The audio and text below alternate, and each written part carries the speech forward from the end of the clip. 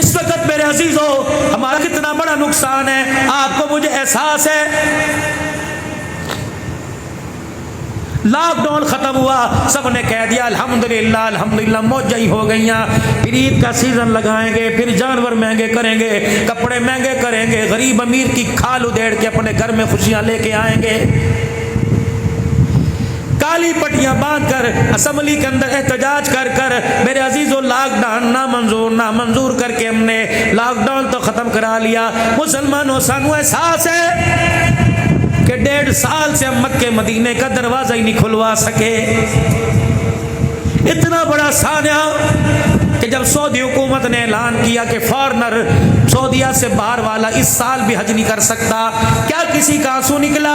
کیا کسی نے استغفار کی؟ کیا کسی نے اپنے گھر کے اندر ایک وقت کی روٹی کھانی چھوڑ دی؟ جب پیغام پہنچا ہوگا، ہمارا عقیدہ حیات النبی صلی اللہ علیہ وسلم کا، جب پیغام پہنچا ہوگا اور کہا ہوگا سرکار اللہ اکبر اس سال بھی پاکستان والے آپ کے روزے کی زیارت کو نہیں آ سکتے، حضور نے پوچھا ہوگا میرا رب کیا وہاں کے بندوں نے میرے امتیوں نے پریشان ہو کے روٹی کھانا چھوڑ دی؟ نہ پہلے 3 مرتبہ کھاتے تھے، وہ 4 مرتبہ کھا رہے ہیں، کیا نئے کپڑے پہنا چھوڑ دیے؟ خدا پاک کی قسم، اور پوچھ صدیق سے، پوچھ عمر سے کہ جس دن رسول اللہ صلی اللہ علیہ وسلم 3 دن مدینے میں نظر نہ آئے، صحابہ نے روٹی کھانا چھوڑ دی۔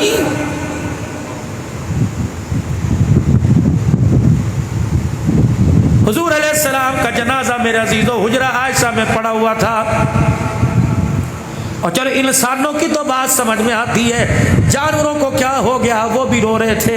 حضور کی قصوہ اونٹنی مدینے کی گلیوں میں چکر لگا رہی تھی، صحابہ کہتے ہیں قصوہ اونٹنی صدیق اکبر کے سامنے کھڑی ہوتی اور یوں کر کے گردن ہلاتی اور بھاں بھاں کر کے روتی، صدیق بھی اونٹنی کے ساتھ رونے لگ جاتے اور کہتے عمر عثمان تمہیں پتہ ہے اللہ کی طرف سے یہ مخلوق اونٹنی پوچھ رہی ہے۔ صدیق جب بھی منبر محراب میں نظر آتا تو ایک کے ساتھ 2 نظر آتے تھے، 3 دن ہو گئے صدیق اکیلا نظر آ رہا ہے، دوسرا تیرے ساتھ نظر نہیں آ رہا ہے۔ 14 دن اونٹنی نے کچھ کھایا نہیں، 14 دن اونٹنی نے کچھ پیا نہیں۔ صدیق اکبر عمر کہتے ہیں مسجد نبوی کے دروازے سے اندر داخل ہوتی اور اپنی گردن کو اندر کر کے منبر دیکھتی، محراب دیکھتی، بھاں بھاں کر کے مسجد کی چوکٹ پہ سر رکھ کے رونے لگ جاتی۔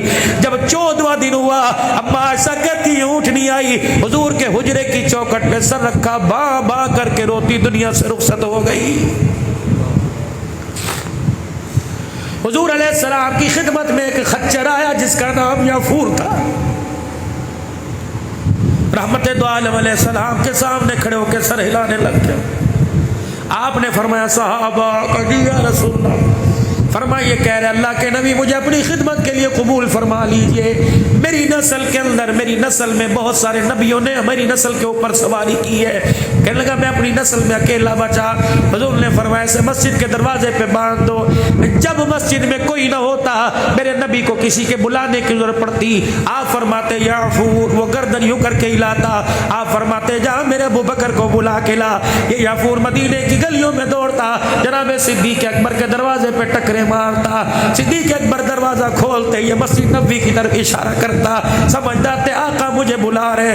حجرہ عائشہ میں جس دل کملی والا امت سے جدا ہو کر آنکھیں بند کر کے پڑا تھا اور بلال مدینے کی گلیوں میں زاروں قطار رو رہا تھا، ابو بکر عمر آنسو بہا رہے تھے، اس وقت یافور مدینے کی گلیوں میں چکر لگاتا بھاں بھاں کر رہا تھا۔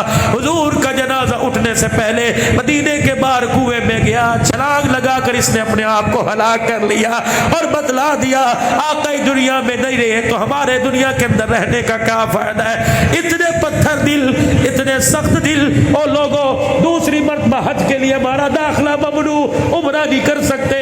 اللہ اکبر، یا اللہ یہ اتنی بڑی، یا اللہ یہ اتنی بڑی ہمارے لیے پابندیاں کیوں لگ گئی؟ کہ روزہ انور سے روا آواز آتی ہے، ذکر تو میرا کرتے ہو، اظہار محبت تو میرے سے کرتے ہو، طریقے غیروں کے اپناتے ہو، اس لیے میں محمد کا روزے پر بلانے کو دل ہی نہیں کرتا ہے۔